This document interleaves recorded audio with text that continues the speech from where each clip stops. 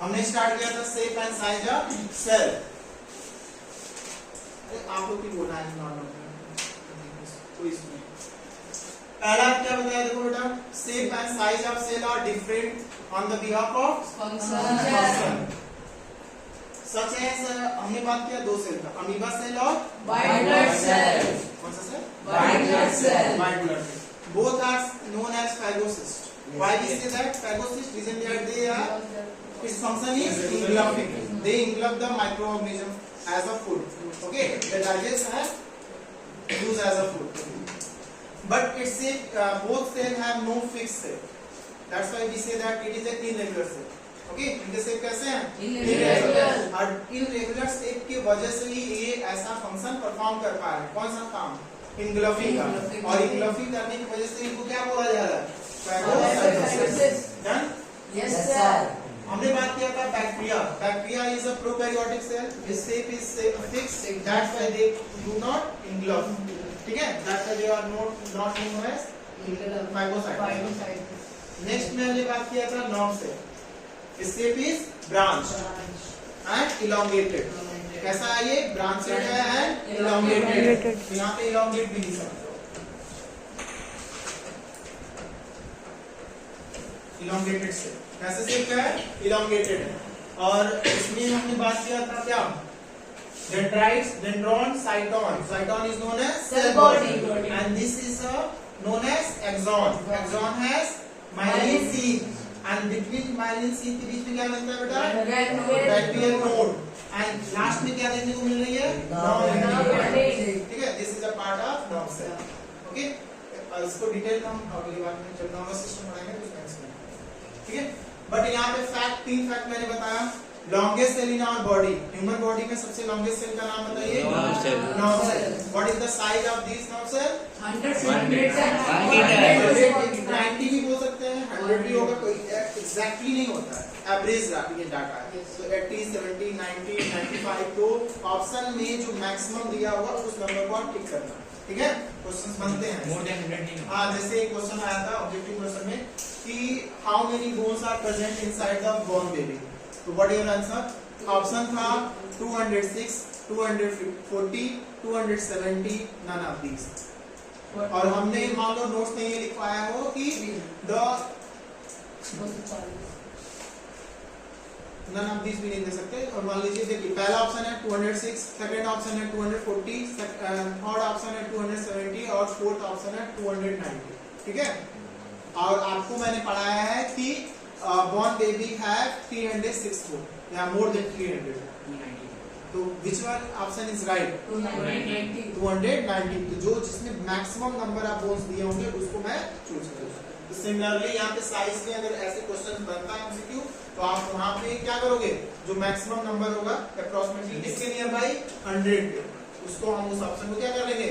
Correct. लेकिन more than 100 नहीं होगा। नहीं, मतलब अब मान लो मोर देन पे दे रहा है तो 101 लिखा है, 105 लिखा है, 106 लिखा है, 107 लिखा है, तो आप तब मिनिमम पे कर लेंगे। ठीक है, एंड और क्या बोलते हैं? you know that it is a mathematical concept या physical बोलते हैं ना, 1 metre is equal to 100 centimetre. Next आते हैं, मैंने बात किया largest cell in the world, तो this is the ostrich cell, its diameter is 15 centimeter. Okay, Acetobularia is the largest cell of plant. ठीक है, this size is 6 to 12 centimeter. It is a type of algae, and hemp fiber is a longest plant cell. Okay, after that, smallest PPLO in the world, smallest cell in the world, कौन है? PPLO। PPLO का full form organism, right?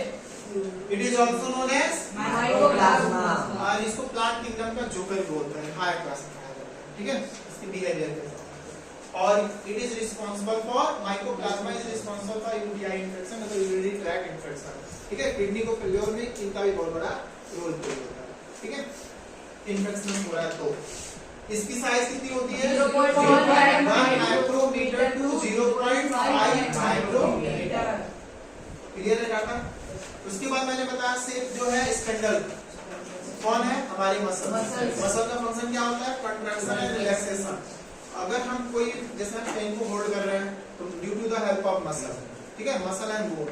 Similarly हम movement कर रहे हैं, locomotion कर रहे हैं, कोई भी एक्टिविटी कर रहे हैं तो due to the help of muscle and bone, ठीक है।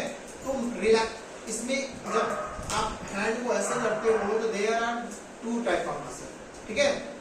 एक मसल कंट्रैक्ट हो रही होती है और एक मसल एक्सपैंड हो रही है। जैसे इधर ऐसे कर रहे हो, इधर की मसल क्या हो रही है? कंट्रैक्ट हो रही है, ठीक है, सिकुड़ रही है। और इधर की मसल क्या हो रही है? एक्सपैंड हो रही है। तो ड्यू टू कंट्रैक्शन एंड एक्सपेंडेशन ये मसल क्या करती है? मूवमेंट करती है, ठीक है, क्या हम चीजों को होल्ड करते हैं। तो इनका ये फंक्शन होता है। और भी चीजें हैं, ठीक है, बॉडी को शेप भी प्रोवाइड करते हैं, ठीक है। पूछा जाता है कितने मसल्स हैं हमारे बॉडी में? तो मोर देन 600। कितने होते हैं? More than 600। नेक्स्ट आते हैं हमारे बॉडी में बेटा क्यूबॉइडल शेप के भी सेल होते हैं, कॉलमनर शेप के भी सेल होते हैं और सिलिएटेड कॉलमनर, सिलिएटेड क्यूबॉइडल भी सेल होते हैं। जैसे कि जब आपको सर्दी होती है, जुकाम होता है तो आप कॉफी करते हो ना, तो और किडनी के अंदर जाओगे तो नेफ्रॉन मिलेगा, वहां पे भी सिलिएटेड क्यूबॉइडल सेल मिलेंगे। क्या करते हैं? झाड़ू लगाने का काम नहीं करता है। जैसे कफ तुम्हारे कहाँ बना? चेस्ट के अंदर, लंग्स के क्या है? ट्रैकिया में। और वहां से जो कफ है उसको उठा के फेंकना बाहर, तो वो सिलेटेड एपिथेलियल जो सिलेटेड सेल है उसको क्या करता है? पुश करता है। क्या करते हैं बेटा? पुश करते हैं ऊपर, ठीक है, इजीली वो क्या करता है? रिमूव होता है, ठीक है। तो और सिक्रीशन में भी एक काम करते हैं, जैसे कोई एंजाइम का सिक्रीशन हो रहा है वहां पे भी, ठीक है, सिक्रीशन करेंगे, एब्जॉर्प्शन काम करेंगे, ठीक है। तो अकॉर्डिंग टू इनका जो फंक्शन है, जहाँ पे ये लोकेटेड होती है उनका वो अलग अलग फंक्शन देखने को मिलता है, ठीक है। तो आज आपने क्या पढ़ा? Shape and size of cell. तो there are many type of cell, there are many type of shape and there are many type of size. But reason ऐसा क्यों है? ये अलग अलग क्यों है? तो एक ही कारण है, इनका फंक्शन है, ओके। तो नेक्स्ट लेक्चर में हम लोग पढ़ेंगे व्हाट?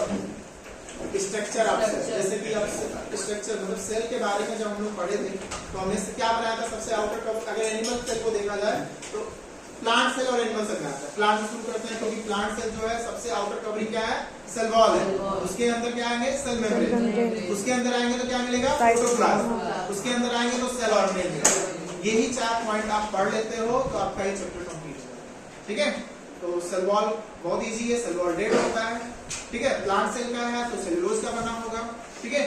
और क्या है? परमेबल होता है, किसी भी मटेरियल को इन एंड आउट होने देता है इजीली, ठीक है। इतने में सेल वॉल कंप्लीट हो जाएगा। उसके बाद हम ये सिर्फ प्लांट सेल में मिलेगा, एनिमल सेल में नहीं मिलेगा, ठीक है। उसके बाद सेल वॉल जो सेल मेम्ब्रेन है, प्लाज्मा मेम्ब्रेन बोलते हैं इसको, साइटो क्या बोलते हैं? सेल मेम्ब्रेन को प्लाज्मा मेम्ब्रेन, ठीक है। It is a living, okay, it is made up of biphospholipid layer. क्या बोलेंगे इसको? Biphospholipid layer. Cell wall made up of cellulose and plasma membrane made up of biphospholipid layer, ठीक है। तो इनके बारे में इसका डायग्राम बनाएंगे, सैंडविच मॉडल पढ़ेंगे, देन प्लाज्मा मेम्ब्रेन कंप्लीट हो जाएगा। उसके बाद प्रोटोप्लाज्म के बारे में 2-3 लाइन पढ़ा जाएगा। सेल ऑर्गेनेल बड़ा है क्योंकि इसमें mitochondria, Golgi body, endoplasmic reticulum, lysosome सबके बारे में 2-2 पॉइंट लिखना होगा, तभी ये चैप्टर कंप्लीट हो जाएगा, ओके।